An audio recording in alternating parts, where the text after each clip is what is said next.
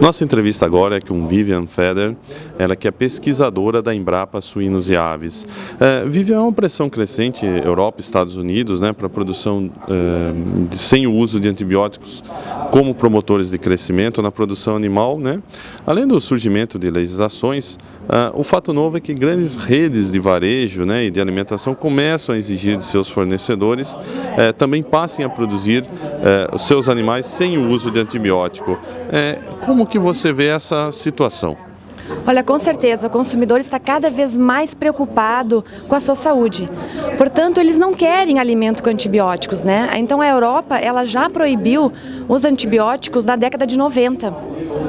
No final da década de 90, a Dinamarca foi uma das pioneiras. Em 98, a Dinamarca já proibiu o uso de antibióticos como promotores de crescimento.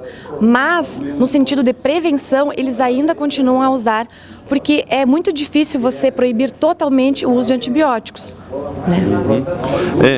Mas quais são os impactos que essa exigência deve trazer para a indústria mundial de proteína animal, tanto no curto quanto no médio prazo?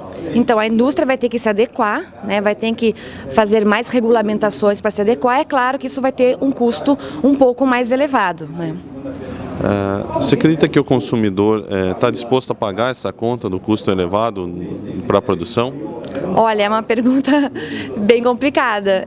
Eu acredito que uma parte dos consumidores sim, mas se nós produzirmos artigos com embasamento científico de que não há problema se aparecer uma determinada quantidade de antibiótico abaixo dos limites máximos de resíduos que o Ministério estabelece, não haveria problema para a saúde do consumidor. Então eu imagino que se nós tivermos estudos bem embasados que disser que não há problema, eles não vão se importar em adquirir esses produtos.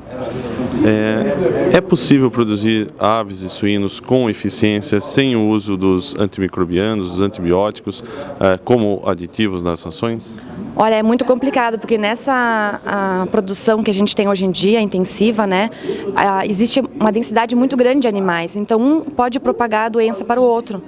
Então é muito difícil a gente produzir totalmente sem antibióticos, pelo menos com o sentido da prevenção, eles devem ser usados. O que está sendo proibido aos poucos é a utilização deles como promotores de crescimento, Então nessa função de prevenção, eles devem continuar sendo usados.